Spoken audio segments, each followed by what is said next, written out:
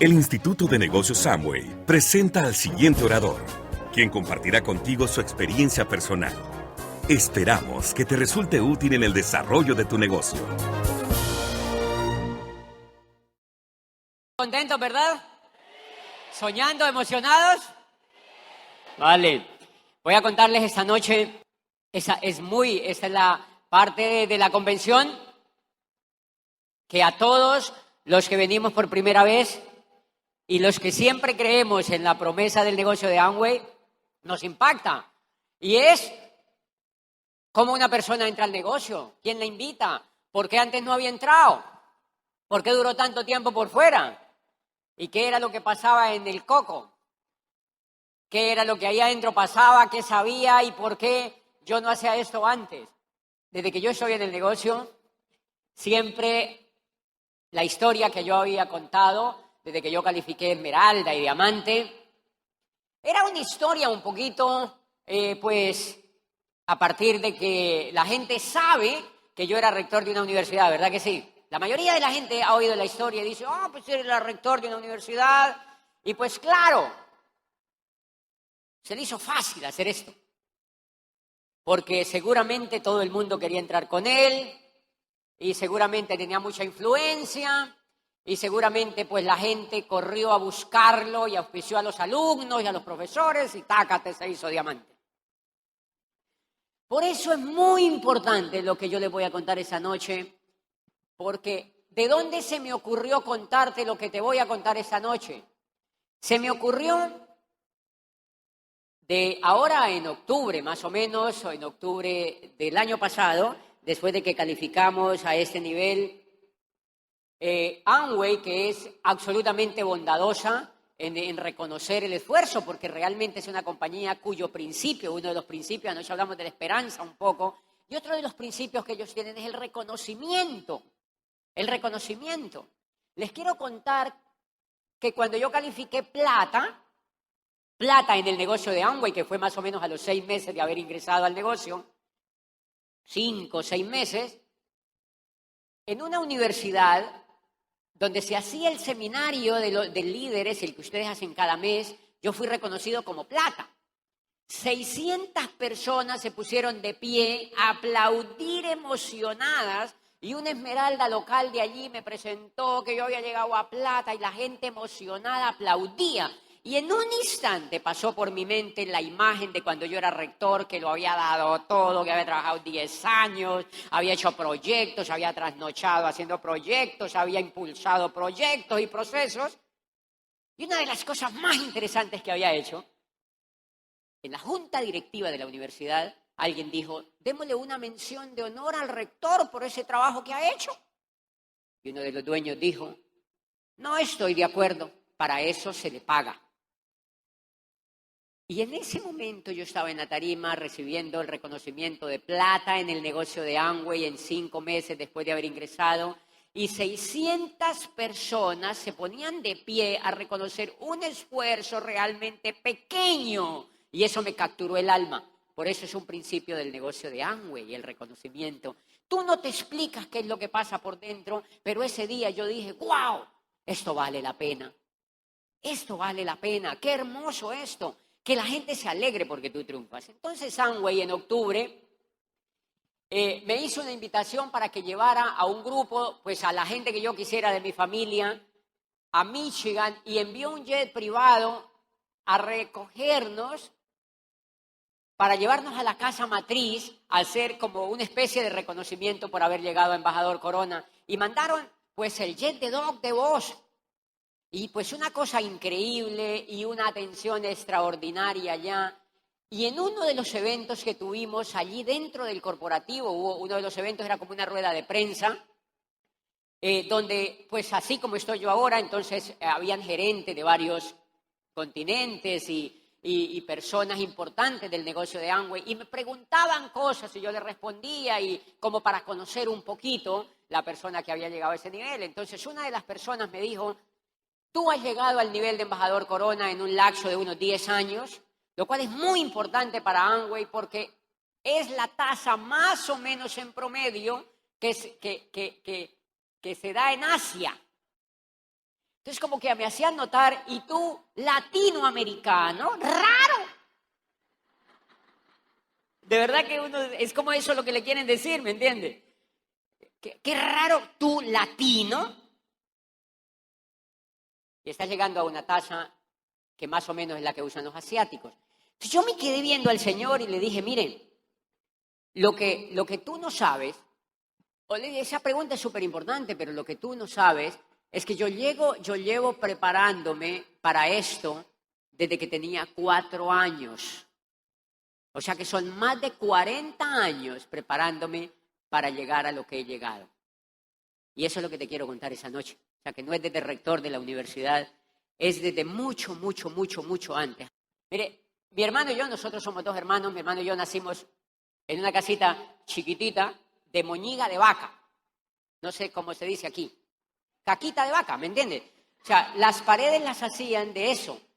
Era como el pegamento de los ladrillos, y la gente de ciertas partes en los campos construían así sus casas. En esa casa nosotros vivíamos cuando estábamos chiquititos, y a la edad de 6 años yo fui a la escuela, y por eso se presentó ahí un tablero, es el original. Yo voy a la escuela y me empiezan a enseñar las vocales, y yo era tan inquieto que yo sentí la necesidad de enseñarle lo que aprendía en la escuela el día anterior a los niñitos chiquitos que estaban más chiquitos que yo, y entonces no lo recibían en la escuela. Entonces yo no sé, yo iba de casa en casa y le decía, oye Camilo, ¿quieres que vayas a mi casa para enseñarte lo que aprendí ayer en la escuela? Ernesto, dile a tu mamá que te dé permiso para ir a mi casa para enseñarte lo que aprendí ayer en la escuela. Y senté 8 o 10 niños ahí en unos banquitos y me puse y le dije a mi papá que me hiciera un tablerito de cemento y lo pintaron de verde, y ahí estaba yo enseñándole las vocales a esos muchachitos. O sea que yo ya estaba dando planes. ¿Me entienden? Ya más o menos estaba dando planes. Pero por encima de eso, lo que te quiero contar es que había una necesidad humana, que todos los seres humanos lo tenemos por dentro, una inmensa necesidad de ayudar a los demás.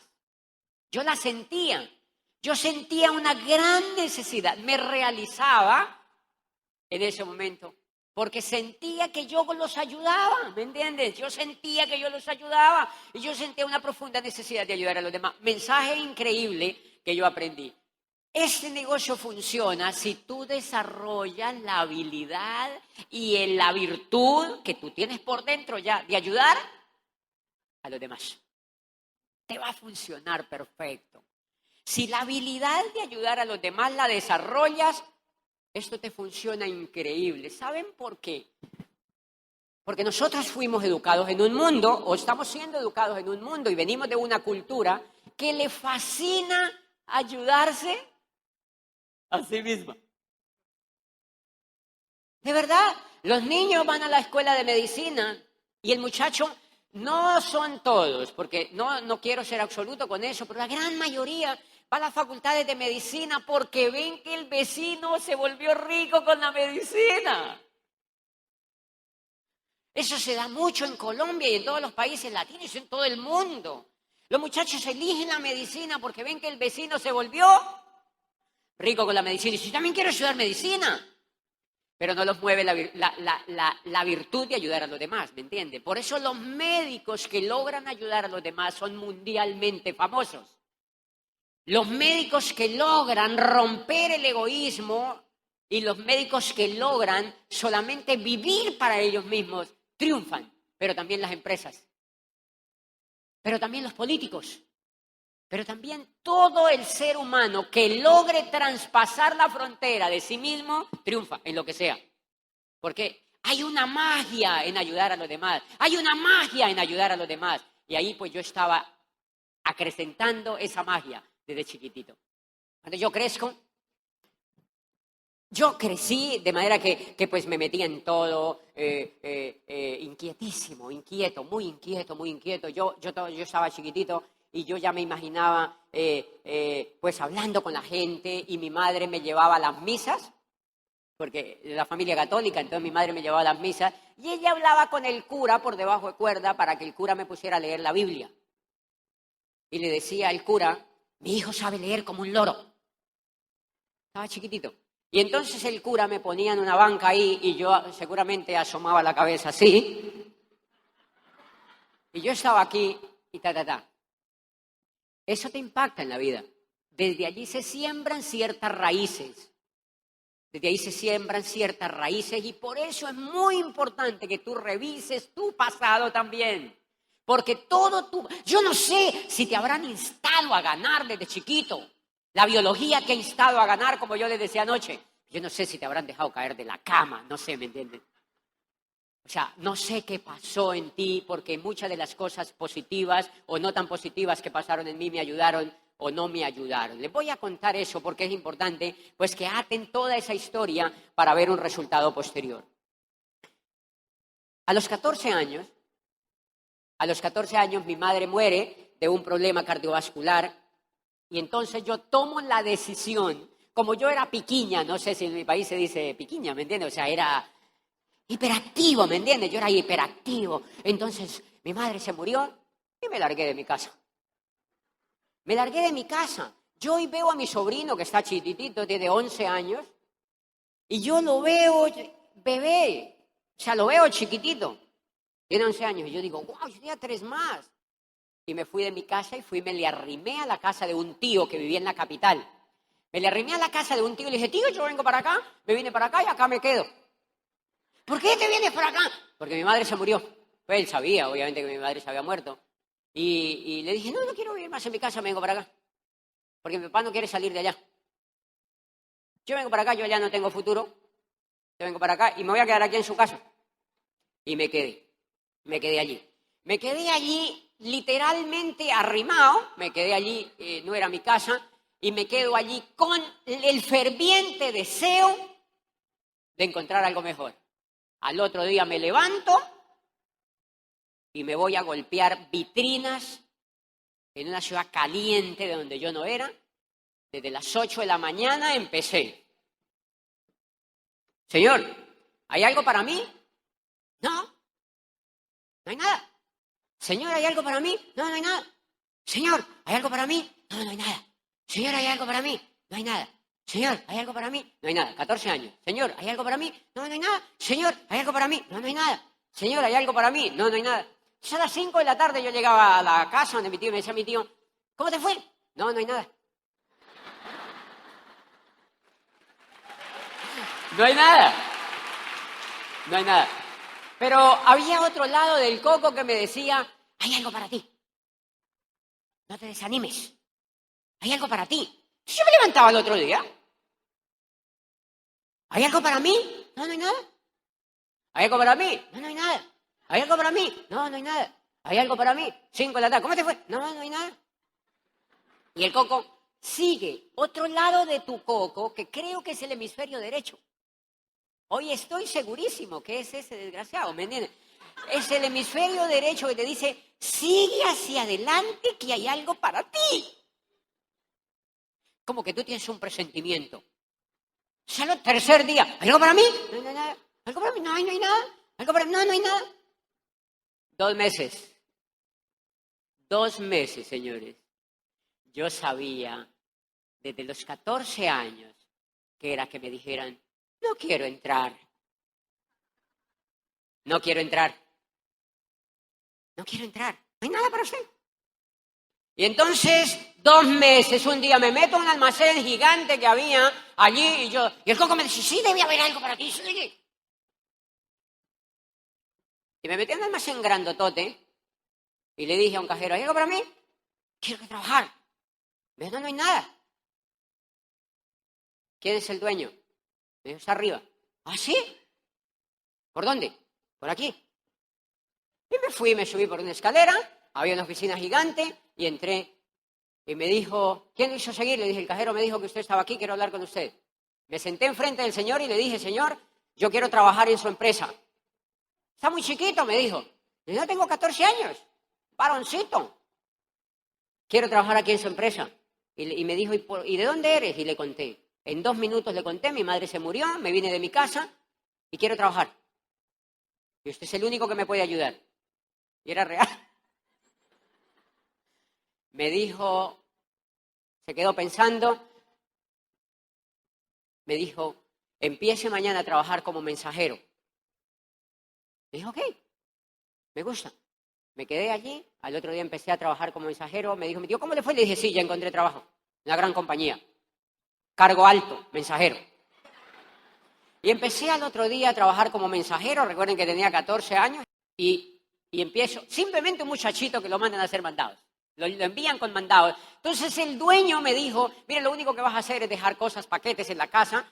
Y entonces me mandan a la casa a dejar paquetes, flores, telas, comida, pizzas. Y la casa era como a 10 cuadras. Y cuando yo entro a la casa, yo, uy, son ricos. Sala gigante. Qué cosa más grande. Qué lindo. Y entonces fui y le dejé un paquete a la señora. Al otro día le entregué unas flores que me mandaron.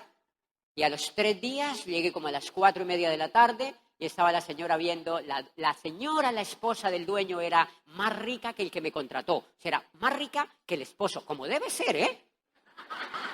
Como debe ser. Era una señora rica. Y le hacía al esposo, ti, ti, ti, ti, ti. ¡Ah! Era rica. Era rica.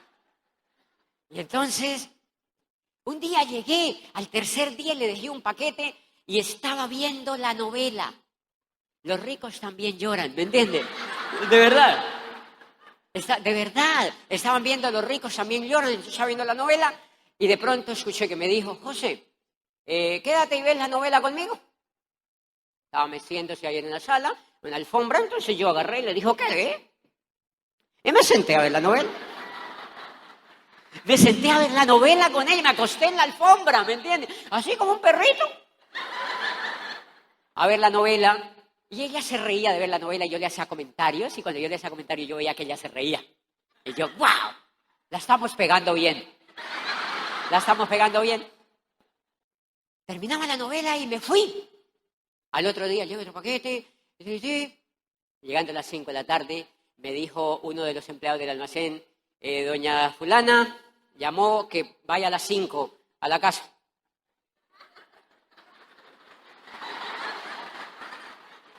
Y yo, no, quiere ver la novela conmigo.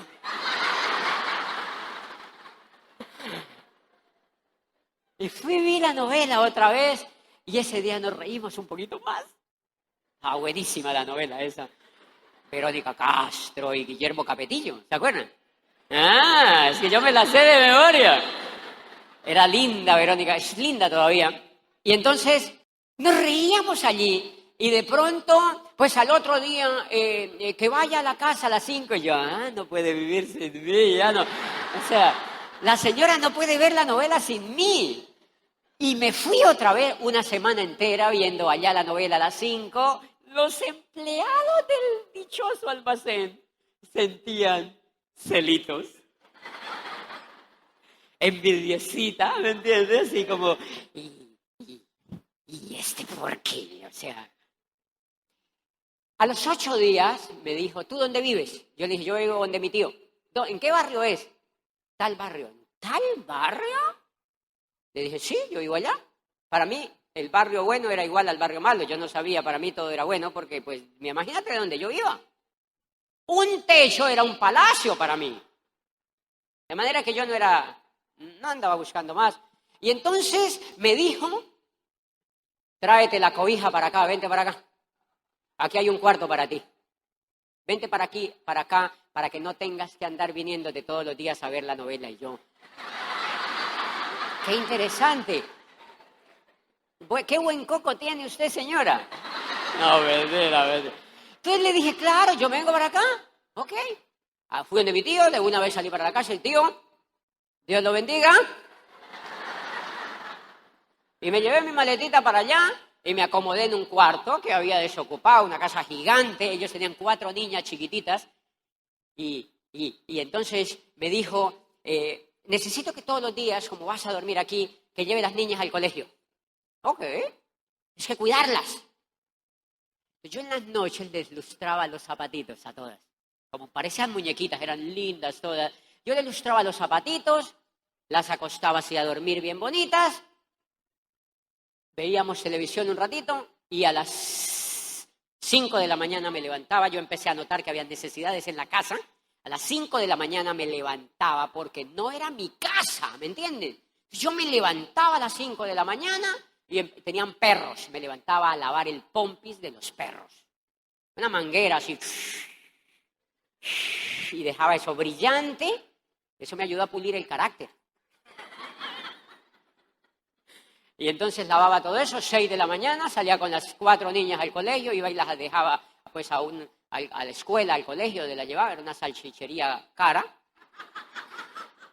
vienesa, ¿me entienden? Entonces, era carísima allí. Yo le dejaba ya a las niñas, y cuando llegaba, yo empezaba, entonces, para un resumen, sí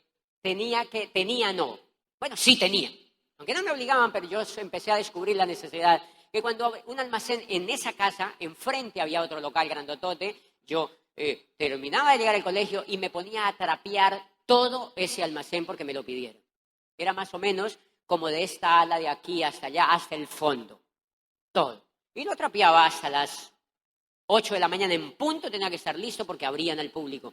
Todo lo dejaba listo. O sea, que empezaba a las 5 de la mañana de trabajar, 8 en punto, ya estaba eso brillante.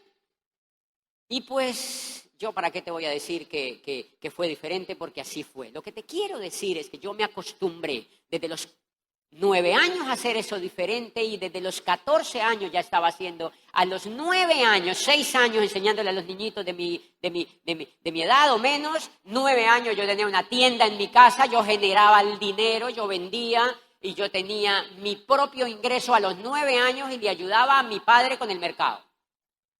Aquí está mi aporte y no me molesté. Y a los 14 años pues estaba lavando ese patio, llevando a las niñas al colegio y trapeando ese gran almacén. Yo empecé a pegarla bien con ellos. Salía de allí a hacer mercado, a surtir pizzerías que tenían y empecé a ganarme la confianza de ellos. Terminé como cajero de uno de los almacenes, administrando una pizzería de confianza absoluta de ellos, completamente confiable, obviamente. Y entonces, por ahí a los meses, ellos se iban de vacaciones y se fueron a Hawái. Se iban de vacaciones. Pues no me llevaban. No crean que me llevaban, yo me quedaba, entonces me quedé en la casa y me dijeron, tienes que cuidar la casa. Yo, ¿qué? Yo me quedo aquí. Me quedaba yo en la casa, solito, y yo cuidaba la casa. Ahorita el segundo club de diamantes que yo fui, ya como diamante, fue en Hawái. Y yo decía, aquí era que se venían, ya sé, aquí era que se venían, ¿me entiendes? Y yo me quedaba cuidando la casa. Y yo empecé a ver que en esa casa había una biblioteca grandotota, obviamente la vi desde que llegué. Entonces yo abrí, como me quedaba solo, tenía 15 días, a veces un mes de tiempo. Entonces yo me metí a la biblioteca. Y decía, esa biblioteca no la lee nadie. ¡Qué increíble! Empezaba a sacar libros misteriosos. Me leí unos libros rarísimos sobre el poder de la mente. Eran unos libros rarísimos sobre el poder de la mente y sobre cómo la gente, el ser humano se desgastaba pensando en tonterías y gastaba la energía. Un poco de cosas increíbles que nunca volví a leer. Pero yo me los leía a los 14 años. Y uno de los libros que recuerdo, en una lanzada de mano buscando en esa biblioteca, fue un libro del doctor Dyer que se llamaba Tus zonas erróneas. Y en uno de los apartes decía, toda la gente quiere triunfar y ha nacido para triunfar. Dice, el gran problema es que la mayoría de la gente vive buscando la aprobación de los demás y por eso no triunfa. Y hacía un paréntesis y decía, si tú quieres triunfar en algo en la vida, óigame bien, tú no necesitas la aprobación de los demás. Si quieres triunfar en lo que sea en la vida, tú no necesitas la aprobación de los demás. Y yo, ¡ay, qué interesante! ¡Qué interesante! Y seguía ahí leyendo. Y entonces yo empecé a crecer. Como yo gané la confianza con ellos, cuando llegaban de vacaciones, yo me había leído unos cuantos libros ahí metido en esa biblioteca. Leí cosas de la Revolución Francesa, leí cosas sobre el Renacimiento italiano. ¿Qué iba a saber yo de eso? Y empecé a leer cosas sobre la Revolución Industrial, sobre cómo había aparecido la era industrial. Cosas y cosas y cosas y cosas. Un día la señora, antes del año de yo estar allí, tuvo una idea brillante. Las niñas, sus hijas, pertenecían a un club de niños ricos de la ciudad. El club donde van, que organizan los colegios y todo eso, era un club prestigioso así, de niños ricos, los hijos del gobernador, de los dueños de las empresas más grandes. Y la señora me agarró tanto cariño que le dijo un día a la hija, como yo los iba y los dejaba al club, entonces le dijo, ya saben, a la más grandecita le dijo, ¿por qué no invitan a José al club? Y le dijo la niña, sí, mami. Entonces le vamos a decir que se quede hoy. Y me invitaron y la niña dijo, José, había que hacer un proceso y la señora lo hizo y me metió allá a punto. No explicó nada, me dijo, él va a seguir yendo. Entonces me metió allá. Cuando yo estoy sentado allí, los muchachitos opinaban, eran así fifís todos, y niñas bonitas y tal, y todos fifís. Como son los niños fifís, ¿me entiendes? Claro que no, eran más o menos de la edad de Pablito, o sea, 15 años. Miren lo fifí que es Pablito, ¿me entiendes? Entonces eran niños así fifís, y entonces, claro, y empezaban a hablar y que no sé qué, y como yo había leer es importantísimo. Y empezaban a hablar y yo metía la cucharada. Sí, la Revolución Francesa. Y les metía la cucharada y le hilaba con lo que yo había leído. Y los muchachos como con cara, ¿y de dónde sacaste ese? ¿Quién es ese chino? Pues señores, más o menos a los poquitos meses, ellos elegían quién los presidía. Y entonces hubo la votación. Yo me había ganado ahí unos hinchas, o sea, unos apoyadores. Cuando llegó la elección, a sorpresa, dijeron 3 amiguitos míos de los que ya habían generado simpatía conmigo, yo quiero que sea José Bobadilla, porque yo les hacía dinámicas, me metía, era servicial, les hacía reír. Y había simpatía. Yo quiero que sea José Bobadilla, dijo el otro, yo también quiero, yo quiero que sea José Bobadilla, yo también quiero que sea José Bobadilla, yo quiero que sea José Bobadilla. Y gané por mayoría absoluta. Y me dijeron a mí, entonces empezaron a ir a la casa, pero ya no iban a buscar a las niñas, sino que iban a preguntar, ¿está José? ¿Está José? Queremos hablar con José. Queremos hablar con José. Entonces el señor hizo la gran pregunta, ¿por qué no buscan a él? Y le dijo la niña más grande, porque lo eligieron presidente del club, mami. ¡Ay! Yo creo que la señora dijo, ¿pero quién rayos me mandó a mí a mandarlo para allá? Y eso les quiero contar, que es fascinante por una razón, porque a partir de allí hubo otra etapa en mi vida y es que yo cambié la asociación. Cuida bien con quién te asocias. Cuida bien con quién te asocias, porque a partir de allí yo me empecé a asociar con esos muchachos y entonces seguí y tal, y yo ya empecé como a dirigir el tema y yo llevaba las tertulias y hacía programas con ellos y eso lo dirigía un cura. Y entonces, pues, yo me metí como al círculo de ellos y entonces ya me empezaba, hay un cóctel en la casa, no sé qué, con los hijos del gobernador. ¿Ok? El presidente es el primero. Gracias. Y allí estaba. ¿Qué rayos les importaba a ellos de dónde había salido yo? No sé si me entienden. Lo que importa es lo que hay por dentro del ser humano, no de dónde viene, ¿me entienden? No importa de dónde viene la persona, lo importante es que ha avanzado, qué sueño tiene. Y entonces, pues así me empezaron a invitar a cumpleaños y cumpleaños y cumpleaños. Y llegó el momento en que yo prácticamente ya no trabajaba. Porque no me veían ni en pintura ya. Y entonces ya la señora empezó como a chocarse un poco. Me dice, ¿pero tú no vienes? Y yo, soy muy famoso ya, o sea. Estoy cumpliendo misiones diplomáticas, o sea. Pero fue lindo el tema, fue lindo, mire, fue lindo, porque termino el bachillerato y los muchachos eran más o menos más chiquitos, también terminan, y todos empiezan a preguntarse, ¿qué vamos a estudiar? ¿Qué vamos a estudiar? ¿Qué vamos a estudiar? ¿Qué vamos a estudiar? Entonces, claro, como eran niños ricos, más que todo, de ese medio, entonces decían, yo me voy para Londres, yo me voy para Chicago, yo me voy para Bogotá, para la Universidad de los Andes, yo me voy para el Externado de Colombia, yo me voy para Houston, yo me voy para no sé qué. Sí, ¿yo para dónde me voy? O sea, ¿yo para dónde rayos me voy?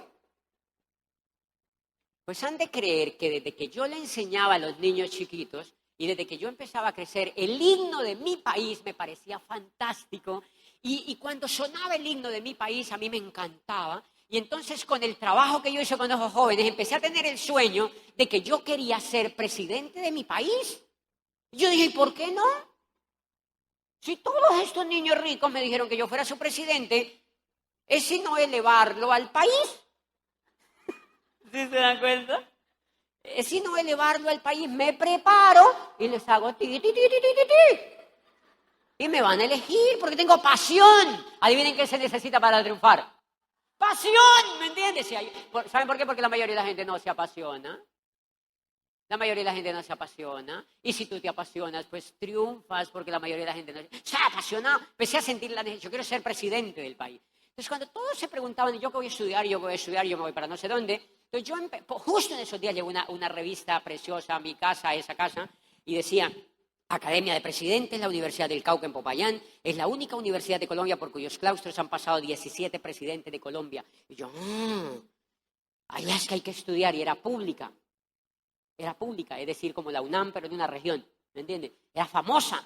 Habían salido de allí 17 presidentes del país, magistrados y gente brillante. Entonces yo me presenté, porque yo era buen estudiante, me presenté y pasé, sin pedirle la aprobación a los demás. No le conté a mis papás, ni a mi papá real, no. Porque el libro decía, tú no necesitas la aprobación de los demás. Entonces, ¿qué era? Yo dije, ¿alguien se opone que yo me vaya a hacer eso? No. Bueno, pues ya está. Y me presenté. Y pasé, y yo me quedé callado. Un día empaqué todo y les dije, me voy. ¿Para dónde? Hemos visto, porque ya habían chismes que yo me iba. Y estaba la señora brava. Porque ella me había dicho, estudia aquí de noche para que nos administres una empresa. Y le digo yo pensaba, pero si no hay profesores exitosos de día, mucho menos de noche. O sea, me voy a poner a estudiar de noche aquí. Yo ya había pasado en la otra universidad, empaqué todo y me largué a 10 horas de camino a esa ciudad fría que se llama Popayán. Me fui a estudiar Derecho y Ciencias Políticas sin la aprobación de nadie. Dejé el puesto de presidente del grupo tirado. Les dije, me voy, elijan otro allí. Y me voy. Y aparecí al otro día en Popayán sin saber cómo iba a vivir. Allá llegué y todos los muchachos que iban a estudiar, yo le empezaba a preguntar, ¿cómo vas a vivir? Y no, mi papi me manda plata. Mi mami me manda plata. Mi papi me manda plata. Mi mami me manda plata. Y yo, ¿quién rayos me manda plata? Pues para hacerles el cuento corto, nunca me faltó nada, porque me fui y fundé el club allá, pero ya con universitarios. Punto. Lo que había aprendido lo fundé con universitarios y ahora todos los días tenía almuerzo gratis. Me invitaban a cumpleaños, a no sé qué, que el almuerzo, que no sé dónde, que no sé cuántas. Vendí seguros de vida por la tarde y estudiaba en la mañana de 7 a 1 de la mañana con los hijos de los magistrados, con hijos de políticos, con hijos de empresarios que estudiaban Derecho y Ciencias Políticas. Y yo era incógnita. ¿Me entiendes? Nadie sabía de dónde había salido yo y empecé ahí a luchar por mis sueños, y empecé a pasar las asignaturas y la academia me aburría. La academia me aburría muchísimo, entonces yo me volaba de la academia. Yo les voy a contar eso con sinceridad, porque a mí siempre me aburrió que me pusieran a repetir las cosas que había en los códigos, porque toda la carrera repitiendo lo que había en los códigos. Entonces eso me aburría. Entonces yo tenía un amigo que él copiaba hasta la respiración del profesor. Y lo copiaba perfecto. Yo iba un día antes y le pedía el resumen. Me lo leía y pasaba y a veces sacaba más nota que él. Y entonces eso me daba tiempo y me metía a las bibliotecas, porque yo agarré el vicio en esa casa de meterme a la biblioteca. Entonces, cuando tenía clase, la mayoría de las veces me volaba a las bibliotecas y empecé a buscar biografías, porque yo era apasionado por leer biografías, y entonces buscaba biografías, y buscaba biografías, y buscaba biografías, y buscaba biografías. Y entonces, ahí todavía estaba el sueño de ser político, de ayudar a mi país. Y me metí a la biblioteca y empecé a leer, me leí toda la historia bueno, no toda, pero una gran parte de la historia de la iglesia, la historia de los papas, cómo apareció el Renacimiento italiano, donde surgió el movimiento, qué había pasado con la Revolución Francesa y simplemente cómo los franceses un día en una asamblea que estaban hartos de toda la dominación de la nobleza, habían leído, yo ahí feliz leyendo, los franceses ilustrados leyeron el manifiesto que había escrito Rousseau, Montesquieu, Diderot, hablando sobre que el ser humano podía tener derechos sobre la tierra, y una gente leyó eso, empezó a pasarse los papelitos entre todos y un día se reunieron en una asamblea que convocó el rey y se decretaron en asamblea permanente y dijeron, un hito por allá atrás dijo, abajo el rey.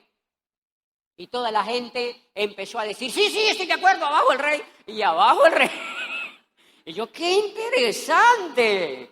¡Qué interesante! O sea, que uno puede hacer revoluciones. Uy, qué interesante. Yo leía todo eso.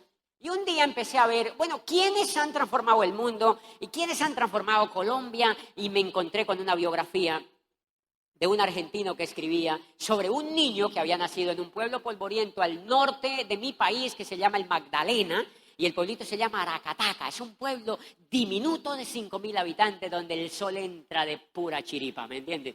O sea, entra porque le toca.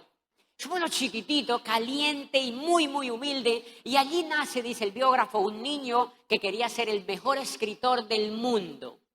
Su sueño era ser el mejor escritor del mundo, dice, y escribió sin ningún éxito. Su padre lo obligó a entrar a una universidad a estudiar Derecho y Ciencias Políticas, becado. Se voló de esa universidad porque allí no podía cumplir sus sueños y se fue a vivir a México. Y un día iba de Acapulco, iba de Ciudad de México, venía hacia Acapulco, tenía 30 y pico de años y vivía deambulando con escritores, con Octavio Paz, con Carlos Fuentes, con muchos escritores mexicanos que eran sus amigos. Y dice, y no había escrito realmente nada, pero pensaba y soñaba con ese de alcanzar sus sueños. Y yo decía, ¡guau! Vale la pena soñar, así se haya nacido en un pueblo polvoriento. Vale la pena soñar. Vale la pena soñar. Y eso me comprobaba que valía la pena soñar. Que valía la pena soñar. Así hubieses nacido en un pueblo polvoriento y ese era mi caso. Valía la pena soñar. Y valía la pena soñar en grande, no en chiquito, sino en grande. Y ahí se llamaba Gabriel García Márquez. Y yo, ¡guau! Eso me llenaba de emoción. Y yo sé que uno puede triunfar sin la aprobación de los demás, ¿me entiendes? ¡Guau! Yo terminé la carrera. Y como yo trabajaba con jóvenes y todo esto, me llamaron a que fuera vicerrector de una universidad privada sin haberme graduado. Apenas había terminado las asignaturas y me llamaron, mira, necesitamos una persona joven que nos coordine la parte académica de la universidad. Yo acepté y entré a esa universidad a trabajar como vicerrector con una escasísima, obviamente, experiencia en educación, pero pronto empecé a hacer, digamos, como pegamento con los profesores y yo empecé a notar una cosa. Yo iba a mercar a comprar mis corbatas y mis cosas y siempre me faltaban $500. Era increíble. ¿Ustedes conocen a alguien así? Y yo decía, entonces, ¿para qué uno trabaja? Pensaba yo. Pero todo el mundo hacía lo mismo. 5 años allí, me volví gris. Me volví gris. Yo por eso casi no uso trajes grises. ¿Ustedes no se han dado cuenta? Porque viví 5 años gris. Gris. Fue tanta la desesperación interna que yo dije, hay algo que me falta. Yo soy abogado y había estudiado psicología y había hecho posgrado. Dije, debe ser que me falta hacer un doctorado. Me presenté a una universidad en Europa y me fui a hacer un doctorado a Barcelona. Autobecado. Les dejé el puestito allí tirado como había dejado el club de los muchachitos. Les dije a los dueños, Dios los bendiga, me voy. Y renuncié. ¿A qué te vas? Y en el fondo de mi corazón yo decía, me voy a perseguir un sueño. Y me fui a estudiar un doctorado, pero era la única llave de salvación porque no sabía qué otro camino agarrar.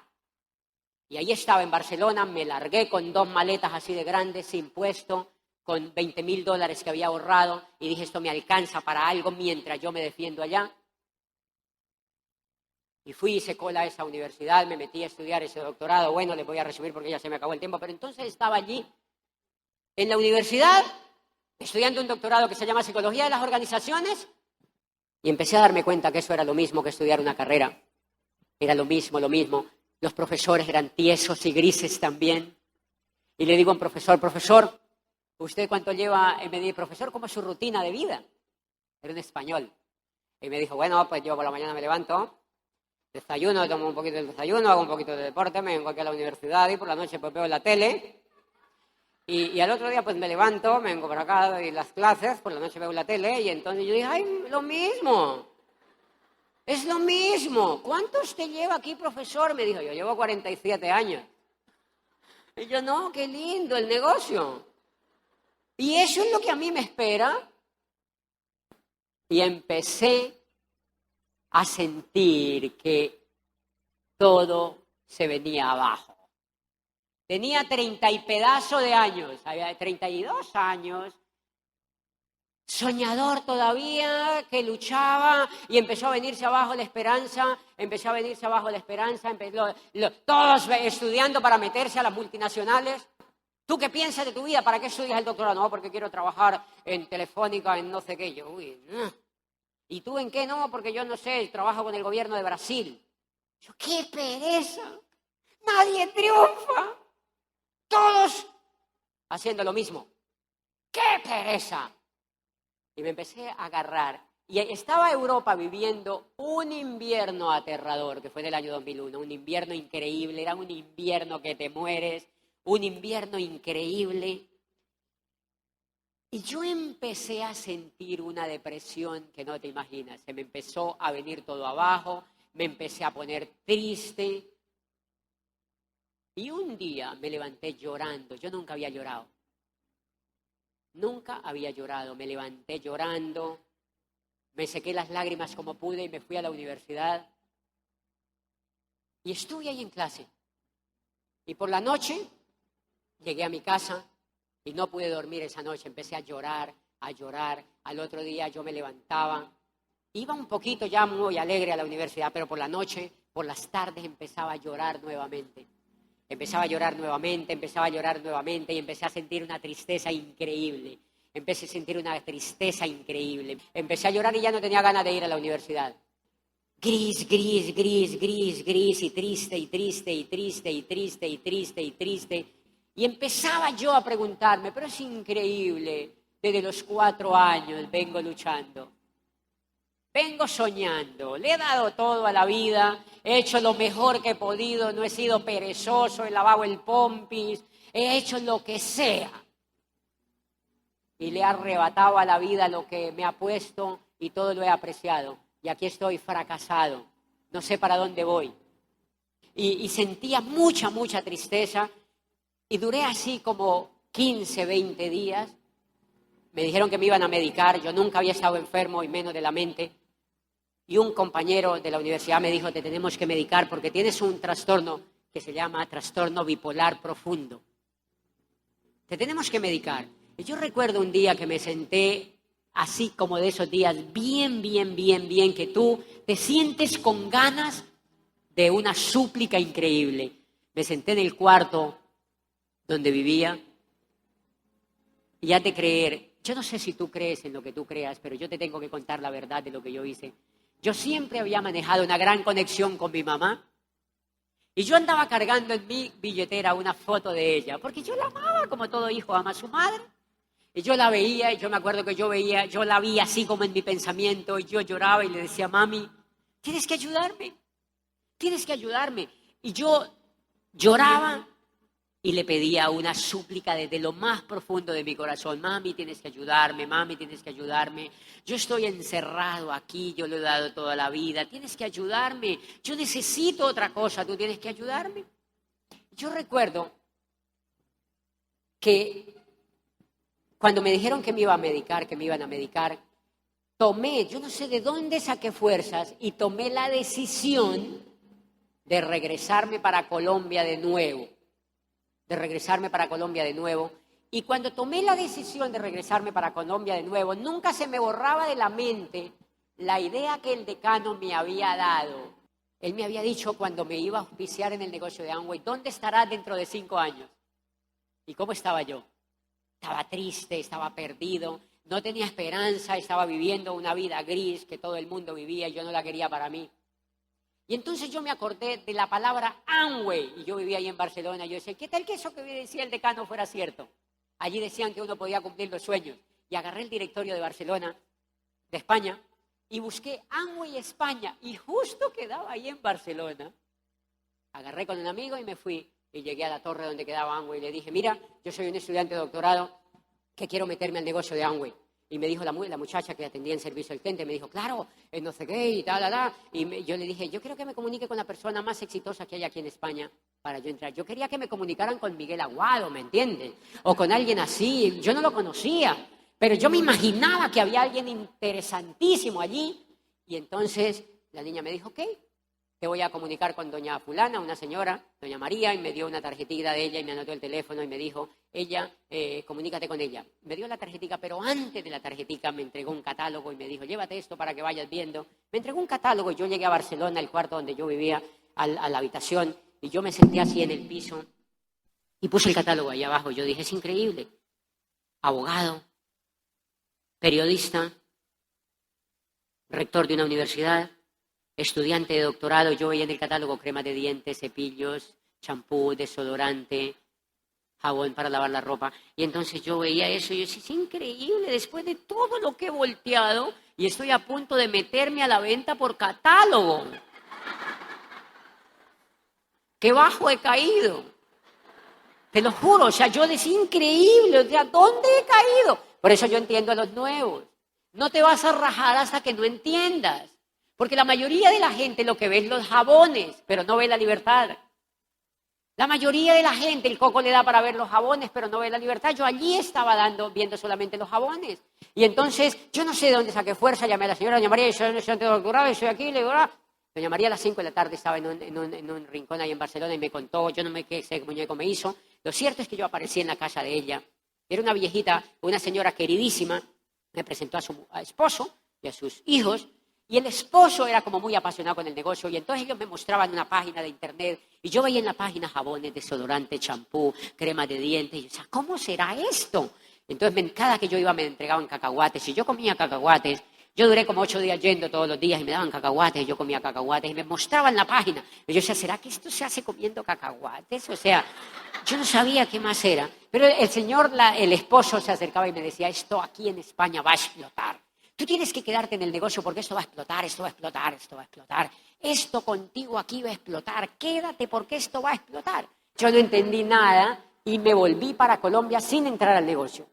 Me volví para Colombia sin entrar al negocio y entonces llegué y me nombraron otra vez rector de la universidad. No habían nombrado todavía a nadie, había pasado un año quizá, me nombraron otra vez rector y empecé otra vez. Me levantaba, desayunaba, me bañaba y me iba a ver televisión y al otro día. Otra vez 3 años más. ¿Cómo creen que estaba mi esperanza? Diminuta. Pero ahora me parecía normal. Porque ya había probado que no había otra opción, señores. Y durante esos 3 años yo duré rogándole a la vida que debía haber otra oportunidad para mí. Que debía haber algo brillante. Y un día iba pasando por la calle un muchacho de los que había en la época del rector que se llama Gustavo Ramírez y tenía más o menos la edad mía y pasaba con un bolsito así por la calle y llevaba crema de dientes. Hoy sé que llevaba crema de dientes en ese bolsito. Me llamó y me dijo, yo quiero hablar contigo. ¿De qué? Al otro día estaba en mi oficina y me contó. Yo le dije, ¿de qué es el negocio? Me dijo, es el negocio de Amway. Yo, ¡ay, otra vez el negocio de Amway! ¡Eso me persigue! ¿Y saben qué me dijo él? Me dijo, tú te puedes hacer diamante en ese negocio y si te haces diamante, empiezas a cumplir tus sueños y te van a invitar por el mundo entero a que ayudes a otros porque tú no has entendido el negocio. Y a mí se me iluminó el bombillo y yo le dije, ¿cómo es? Mostrame más. Y me entregó un CD, un casecito así, cassette, que era de un muchachito que había calificado al nivel de diamante en Colombia y se llamaba Primer Diamante en Colombia. Y el muchachito tenía 21 años, en ese momento 25, y había llegado a diamante. Y decía cosas de las que yo sentía que uno tenía que decir en la vida. Me lo escuché, ¿tiene más? Y me entregó otro que se llamaba De nada sirve la técnica si no hay perro, de un mexicano. que se llama Sergio Rivera y que un líder tiene que escuchar ese CD, ese cassette. Y me zumbo yo ese cassette y yo, wow, yo sí tengo perro, o sea, qué increíble, ¿y dónde estaba eso? Y entonces yo le digo a Gustavo, le digo, ¿te acuerdas del decano? Él me invitó la otra vez al negocio. Me dijo, sí, le dije, vamos a la casa. Con 2 cassettes que me encontré, yo ya estaba incendiado y le dije, vamos a la casa del decano. Luego agarré a Gustavo y fuimos y golpeamos. El decano ya no vivía salió la esposa y me dijo, nosotros ya no salimos del negocio, pero nos quedó una caja gigante de cassette. Caja de cassette, ¿y dónde la tiene? Y se metió la señora a un cuarto y sacó una caja como un ataúd así de grande. Cassette. Y le dije, ¿cuánto vale? Y me dijo, no, eso era carísimo, yo no me acuerdo cuánto vale. Le dije, mientras se acuerda, yo me la llevo, hasta el sol de hoy. Me llevé la caja para mi casa y me metí en un carro y me escuché 180 cassettes de un solo porrazo, sin parar. Yo no sé en cuánto tiempo me zumbé eso y adivinen de quién era la mayoría. De Miguel y Pilar Aguado, y había un cassette que se llamaba Oblígate a ser libre. Habían cassette de Carlos Jurado. Habían cassette de Luis Costa. Habían cassette de Luis Costa donde contaba que él era un camionero en Miami y que tenía el sueño de ser libre y que se había hecho libre con el negocio de Amway. Y era fascinante cómo lo aplaudían. Y era fascinante cómo hablaba ese camionero después, triunfando. Y yo alucinaba oyendo eso. Y era Ángel de la Calle, Miguel Aguado, Luis Costa, Luis Carrillo. Habían cantidades de líderes allí, yo emocionado, y me empecé a incendiar. Y yo vivía en una ciudad de 280,000 habitantes, donde nadie creía en ese negocio, señores. Y empecé. Tengo algo que contarte. ¿Qué? Una cosa increíble. Escúchate esto. Y le dejaba 10 cassettes. A la semana me llamaba loca la señora. Quiero irme a vivir a tu casa. ¡Ah! Loca la señora porque había escuchado los 10 cassettes. Y entonces empecé a comprar cada 2 meses de a $500 en cassette. Invertía en cassette. Iba donde la señora y le entregaba. Y yo veía que la señora tenía un hijo de 25 años que estaba en la salchichería. Y yo decía, ay, le va a pasar lo mismo que a mí. Prestémosle a Rodrigo estos cassettes. Y le prestaba y el muchacho se incendiaba. Y entonces empecé a hacer un grupo de gente que oía los cassettes, y la gente empezaba a montar volumen. Y en un momentito habían 50 soñadores ahí sentados, emocionados, soñando, oyendo los líderes de este negocio. Y entonces a todos los líderes les contaba lo que yo había hecho y empezó a crearse un grupito, y más o menos al año estaban yendo 1,000 personas a la convención. 1,000 personas a la convención estaban yendo al año. El poder de la información, señores. El poder de un sueño, el poder de la información, el poder de un sueño. Ha sido fascinante estar aquí. Gracias México, por el cariño y gracias por todo el amor. Luchen por sus sueños. Luchen por sus hijos. Y luchen por su país. Porque la oportunidad es para ustedes. El Instituto de Negocios Amway agradece tu atención. Esperamos que esta presentación te ayude a lograr el éxito que soñaste.